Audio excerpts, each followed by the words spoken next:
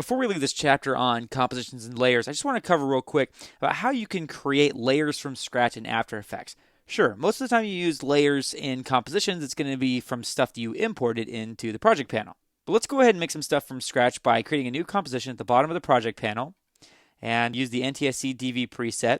Name isn't important right now. We're not really building anything too fancy. Go ahead and click OK. And the way that we can create new layers from scratch is by right-clicking in a blank area in the timeline panel. Anywhere in here will do.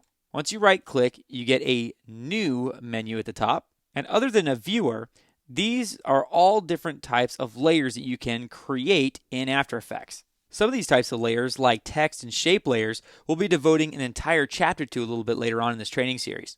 Now, if your timeline panel starts getting a little bit too busy and congested to find a blank spot, you might want to go up to the Layer menu at the top of the screen, and from the Layer menu, you can select New, and then you pretty much get the same options that we did when we right-clicked in the timeline panel. In this case, I want to talk to you about the Solid layer. I'm going to go ahead and click Solid, and the Solid dialog box pops up here. Basically what a solid is, it's just a layer of color.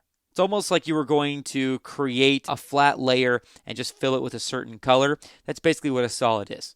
Here you can specify the width or the height of the solid, or you could come down here to the Make Comp Size button and click this to make the solid the entire size of the composition. You could also click this color swatch to pick a color to use for the solid as well. This white color is fine for now, so I'm going to go ahead and click OK. As you can see, it basically just created a layer of white.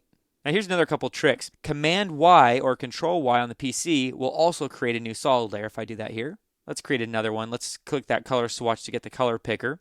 And let's pick another color. Let's say blue, for example. The way we pick colors in the color picker is by clicking a color in this bar in the middle. And then we come over here to the left-hand side of this big square to fine-tune it. As we click in here and drag to the right, our colors get more saturated.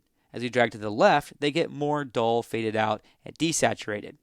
As we drag upwards, they become brighter, and dragging them down makes them darker. So if we wanted a bright, vibrant blue, we'd go in the upper right-hand corner. If we wanted white, we can go in the upper left-hand corner. If we wanted black, we can go on the bottom row. Pick a blue color, and click OK, and click OK again.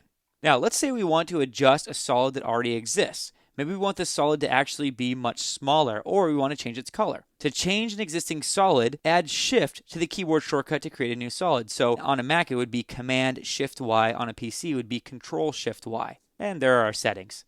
Maybe we could make this 100 by, and hit Tab, 100. So we have a solid that's 100 by 100, and we click OK, and now it's much smaller.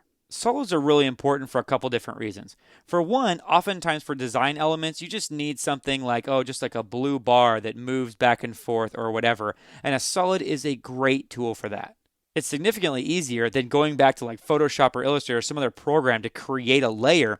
Even if you were going to do that, if you were to resize that layer, then it would be pixelated and yucky. Quality would start to degrade essentially. But here in After Effects, as you resize a solid, you can make it as big as you want.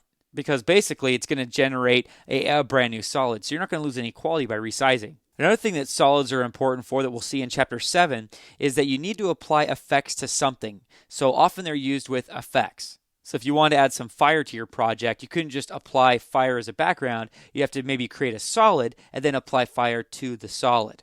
All right, so with that foundation out of the way of compositions, layers, and the project panel, all that stuff we looked at so far, we're now ready to jump into the next chapter and to get animating.